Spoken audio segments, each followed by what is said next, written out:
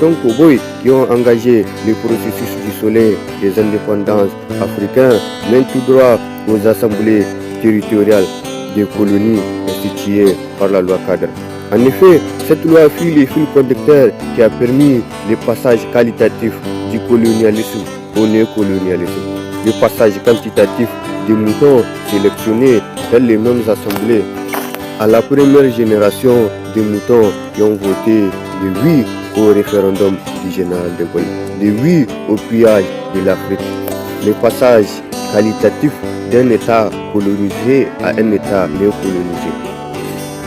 En effet, la théorie du complot de la décolonisation a consisté à parrainer la première génération de moutons qui ont été épouvantés par le vote courageux et radical du vaillant panafricaniste Sékou Touré de la République indépendante et souveraine de la Guinée.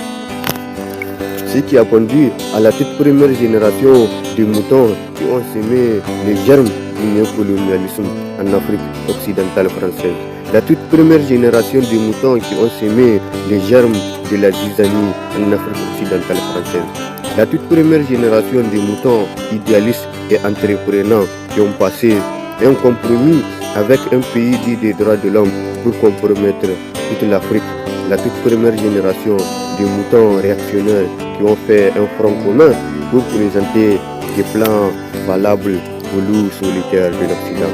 La toute première génération de moutons qui ont crié aux aventures chaotiques de la démocratie française et européenne. La toute première génération de moutons petits qui ont ruiné et miné l'intégrité de toute l'Afrique de l'Ouest. La toute première génération de moutons qui iront jusqu'en enfer pour satisfaire les caprices du mode de vie français et européen.